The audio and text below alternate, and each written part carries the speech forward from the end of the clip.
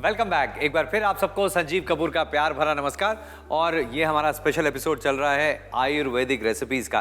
भाई देखिए, आयुर्वेद के हिसाब से जो खाना खाने के जो प्रिंसिपल्स हैं वो मैं आपको कई बार बता चुका हूँ, लेकिन फिर बता देता हूँ। देखिए, खाना ऐसा होना चाहिए जो जब आप खाएं तो उस समय आपको भूख होनी चाहिए, यानी कि जब खाना पच जाए उसी के बाद में खाना चाहिए। और खाने की जो क्वांटिटी है वो ना बहुत ज़्यादा ना बहुत कम। और ये खिचड़ी बनाएंगे हम, और ये खिचड़ी जो है ये बारले के साथ इसको बना रहे हैं। तो ये घी इसके अंदर, और फिर इसमें ज़रा जीरा डाल देते हैं हम। और ये लीजिए, इसमें थोड़ी सी हींग। अच्छा, इसमें सब्ज़ी गाजर, ये देखिए बढ़िया इसको थोड़ा सा बनाने के लिए। और ये मेरे पास में है, ये आ गया बारले। और ये जो है इसका पानी बना के, ये भी काफ़ी हेल्दी होता है। पानी बनाने का मतलब क्या, इसमें आप एक काम कर सकते हैं। अगर एक पार्ट ये बाले ले रहे हैं तो उसमें करीब 10 से 15 टाइम्स पानी लें और उसमें इसको पकाएं काफ़ी देर तक। और फिर उसका जो पानी है वो लेकर एक आप फ्लास्क में रख सकते हैं, पूरा दिन पीजिए। और ख़ास तौर से जो कफ प्रकृति के लोग हैं उनके लिए बहुत फ़ायदे वाली चीज़ ये। और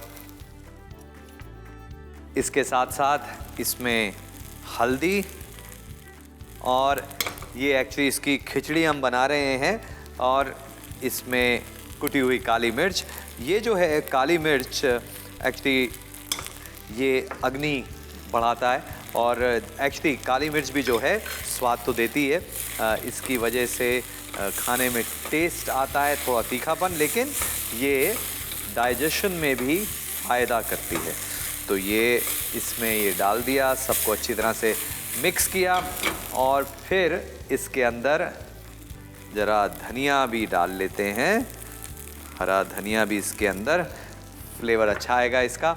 और फिर इसमें पानी, ये लीजिए, और ये पानी डालकर इसको मैं पकने के लिए रख देता हूँ। और ये मेरे पास में जो कुछ ये दवाइयाँ सी पड़ी हुई हैं ना, इसके बारे में बात करेंगे। और ये बात करेंगे कि ऐसा क्यों हुआ कि हमारे यहाँ पर जो आयुर्वेद अगर इतना पुराना था तो आज इतना पॉपुलर क्यों नहीं है। जगह जगह पर आयुर्वेद फैला हुआ होना चाहिए था, लेकिन ऐसा नहीं है।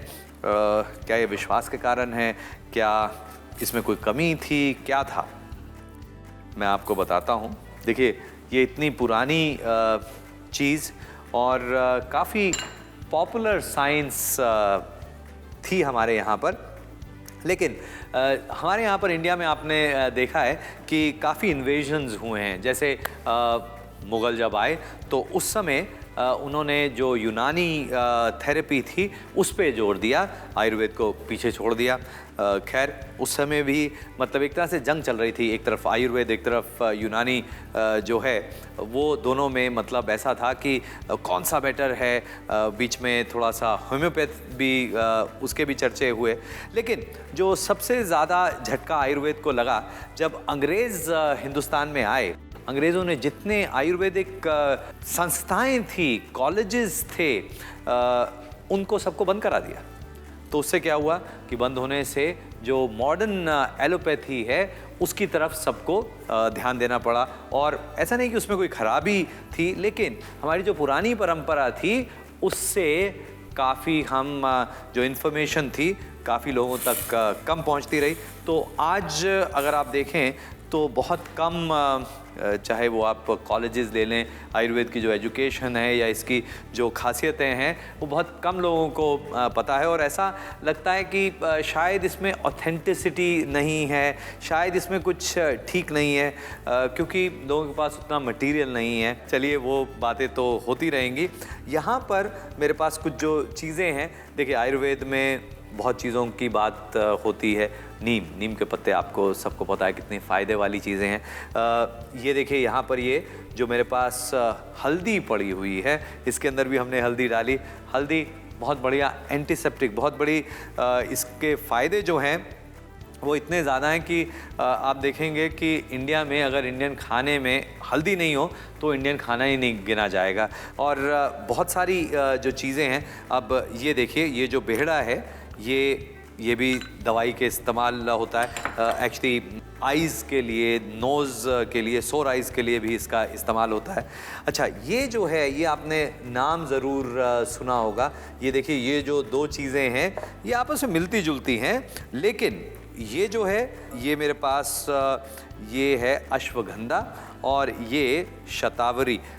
ये दोनों ही चीज़ें बहुत पावरफुल, क्योंकि अश्वगंधा तो आपने सुना होगा, काफ़ी ऐसी जो चीज़ें हैं, मेडिसिन्स अगर आपने देखा होगा कि अच्छा इसमें अश्वगंधा युक्त बहुत फ़ायदे वाली चीज़, क्योंकि मैं आपको इसके जो उपयोग हैं मैं बहुत ज़्यादा नहीं प्रोपोगेट करना चाहता, क्योंकि पहले आपको अपने बारे में समझना पड़ेगा। हर चीज़ में फ़ायदा होता है, काली मिर्च का भी फ़ायदा है, जीरे का भी फ़ायदा है, धनिया का भी फ़ायदा है, तेज पत्ते का भी, लौंग का भी, लेकिन सबसे पहले अपने आप को पता होना चाहिए कि आपका कॉन्स्टिट्यूशन क्या है।